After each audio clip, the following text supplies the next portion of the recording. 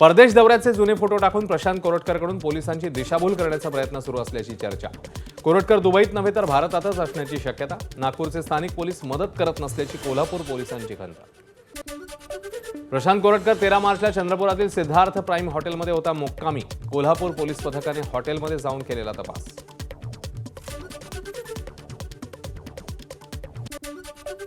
प्रशांत कोरटकरच्या विरोधात lookout notice जारी। Bureau of इमिग्रेशनकडून कोरटकरने कुठे प्रवास केला याची देखील घेतली माहिती। नागपूर हिंसाचाराचा पहिला बळी जखमी इरफान अन्सारीचा मृत्यू। नागपूरच्या मेयर रुग्णालयात अन्सारी यांच्यावर सुरू होते उपचार। नागपुरातल्या घटनेचा पोलीस आयुक्त एसपी आणि अधिकाऱ्यांकडून मुख्यमंत्री फडणवीसांनी घेतला आढावा। आतापर्यंत काय काय कारवाई करण्यात आली आहे याची देखील फडणवीस यांनी घेतली पोलिसांकडून माहिती। आयात जाळल्याचा भ्रम तयार करून सोशल मीडियावर अपप्रचार करण्यात आला, त्यामुळे जमावाने एकत्र येत दगडफेक आणि पोलिसांवर हल्ले केले। मुख्यमंत्री फडणवीस यांची माहिती। नागपूर हिंसाचारात नुकसान झालंय, त्यांना येत्या 3 ते 4 दिवसात मदत करण्याचा सरकारचा प्रयत्न असेल। फडणवीस यांचं आश्वासन। सगळ्यांना नुकसान भरपाई देण्यात येईल। फडणवीस यांची माहिती। नागपुरात तणाव निर्माण करणारे आणि दंगेखोरांना मदत करणारे दोघांवरही कारवाई होणार। मुख्यमंत्री फडणवीसांचं आश्वासन। हिंसाचारात झालेलं सर्व नुकसान दंगेखोरांकडून वसूल केलं जाईल। त्यांची संपत्ती विकून नुकसान भरपाई देईल। फडणवीसांची माहिती। नागपूरमध्ये अफवांमुळे दंगल पेटली। प्रफुल्ल पटेल यांची प्रतिक्रिया। नागपूरची दंगल दुर्दैवी असून सर्व नागरिकांनी एकत्र राहावं, प्रफुल्ल पटेल यांचं आवाहन।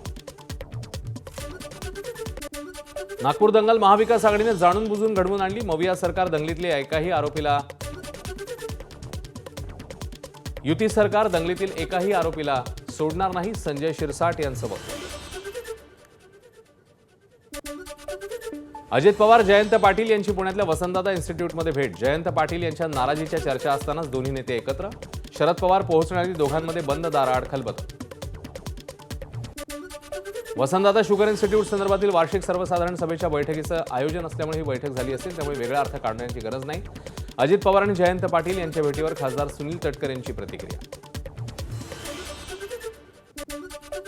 विकासाच्या कामासाठी सर्व नेते एकमेकांना भेटत असतात, अशा भेटींचा वेगळा अर्थ काढू नये अशी अजित पवार आणि जयंत पाटील यांच्या भेटीवर प्रफुल्ल पटेल यांनी दिली प्रतिक्रिया। जयंत पाटील राष्ट्रवादी शरद पवार पक्षात अस्वस्थ। मंत्री संजय शिरसाट यांची प्रतिक्रिया।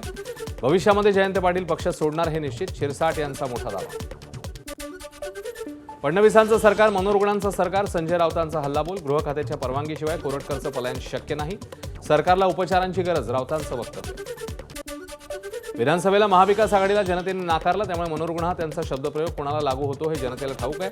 राष्ट्रवादी खासदार सुनील तटकरे यांचा संजय राऊतांवर पलटवार। शिवसेना प्रमुख बाळासाहेब ठाकरेंच्या विचाराशी गद्दारी करून काँग्रेस राष्ट्रवादीच्या मांडीवर बसणारे निष्ठेच्या गोष्टी शिकवत आहेत। मंत्री संजय शिरसाट यांची संजय राऊतांवर टीका। ठाकरे गटाने राष्ट्रवादीत स्फोट होणार असंही केलं भाकीत। संजय राऊत म्हणजे मातोश्रीने पाळलेला बोलका पोपट। खासदार नरेश म्हस्केंची राऊतांवर टीका। जनता जातीवादी नाही, पुढारी जातीवादी आहेत। हे पुढारी स्वार्थासाठी जात उभी करतात। केंद्रीय मंत्री नितीन गडकरींचं अमरावतीत वक्तव्य। आमदारकी खासदारकी कुटुंबातल्या लोकांनाच नको असंही गडकरींचं वक्तव्य। रायगडमध्ये कालपासून अन्नत्याग आंदोलनाला बसलेल्या बच्चू कडूंची प्रकृती खालावली। रखरखत्या उन्हामुळे बीपी वाढलं, शुगर लेवल खूप कमी झाल्याची ही माहिती। रत्नागिरीच्या खेडमधील भगवान कोकरे महाराज यांच्या उपोषण स्थळाला पालकमंत्री उदय सामंत यांनी दिली भेट। सामंत यांच्या आश्वासनानंतर 6 दिवसांपासून सुरू असलेले उपोषण कोकरे यांनी सोडले। सामाजिक कार्यकर्ते मनोज चौधरींचा आमदार सुरेश धस यांच्या विरोधात आत्मदहनाचा इशारा। 26 मार्चला विधान भवनाबाहेर आत्मदहन करणार असल्याचा बीडमध्ये पत्रकार परिषदेत दिला इशारा। कृषी मंत्री माणिकराव कोकाटे यांच्या अडचणीमध्ये पुन्हा वाढ। 25 माजी संचालकांना जिल्हा बँकेची नोटीस। बँकेच्या कर्जवाटपात 182 कोटींच्या अनियमिततेप्रकरणी नोटीस। मंत्री जयकुमार गोरेंवर आरोप करणाऱ्या महिलेला खंडणी प्रकरणी अटक झाल्यावर आणखी एकाला अटक। शिंदेच्या शिवसेनेचे उपजिल्हा प्रमुख अनिल सुभेदारांना अटक। खंडणी प्रकरणात सुभेदार यांचा सहभाग असल्याचा आरोप। राज्यातील शालेय विद्यार्थ्यांच्या अभ्यासक्रमात 70% सीबीएसई, 30% राज्य शिक्षण मंडळ अभ्यासक्रम असेल। भाषेसह इतिहास भूगोलाचा अभ्यासक्रम शिक्षण मंडळच ठरवणार। धाराशिवमधील उमरगा येथे शिक्षण मंत्री दादा भुसेंच्या फोटोला दुग्धाभिषेक। सरकारी शाळेत सीबीएसई शिक्षण चालू करण्याच्या निर्णयाचं नागरिकांनी फटाके फोडून केलं स्वागत। मनसेच्या पाडवा मेळाव्याचा मार्ग मोकळा. गुढीपाडवा मेळाव्याच्या परवानगीला मुंबई पालिका आणि पोलीस प्रशासनाची मान्यता. दादरच्या शिवाजी पार्कात 30 मार्चला होणार मेळावा. राष्ट्रवादी काँग्रेस साजरा करणार महाराष्ट्र महोत्सव. महाराष्ट्र दिनानिमित्ताने राज्यभरात विविध कार्यक्रम. प्रदेशाध्यक्ष सुनील तटकरे यांची माहिती. मुंबई महापालिकेकडून नालेसफाईसाठीच्या निविदा प्रक्रियेची कामं सुरू. नालेसफाईच्या कामांसाठी AI आणि स्टॅटिस्टिक्सची मदत घेणार असल्याची ही माहिती.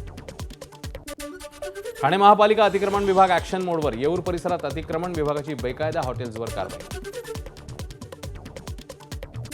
लातूरमध्ये पिवळ्या पाण्यानंतर आता दूषित आणि काळ्या पाण्याचा पुरवठा. आरोग्याशी खेळ होत असल्यानं नागरिकांचा महानगरपालिकेविरोधात संताप. बोधगया येथील महावीराचं प्रबंधन बौद्ध भिक्षूंकडे सोपवण्यात यावं या मागणीकरता गोंदियात मोर्चा. भारतीय बौद्ध महासभेकडनं जिल्हाधिकारी कार्यालय आणि पोलीस अधीक्षक कार्यालयासमोर मोर्चाचं आयोजन.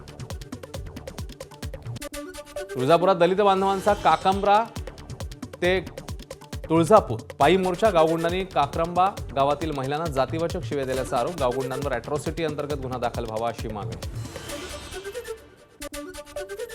संतोष देशमुख हत्या आणि सोमनाथ सूर्यवंशी मृत्यू प्रकरणी अहिल्यानगरला 13 एप्रिलला भव्य मोर्चा काढणार. या मोर्चाच्या पार्श्वभूमीवर मराठा क्रांती आणि सकल मराठा समाजाच्या वतीने जिल्हाव्यापी बैठकीचं आयोजन. सांगली जिल्ह्यातील पलूस शहरातील अंमली पदार्थ विरोधात रॅली.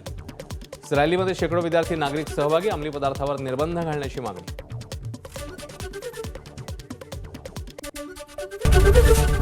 एबीपी माझा, उघडा डोळे बघा नीट.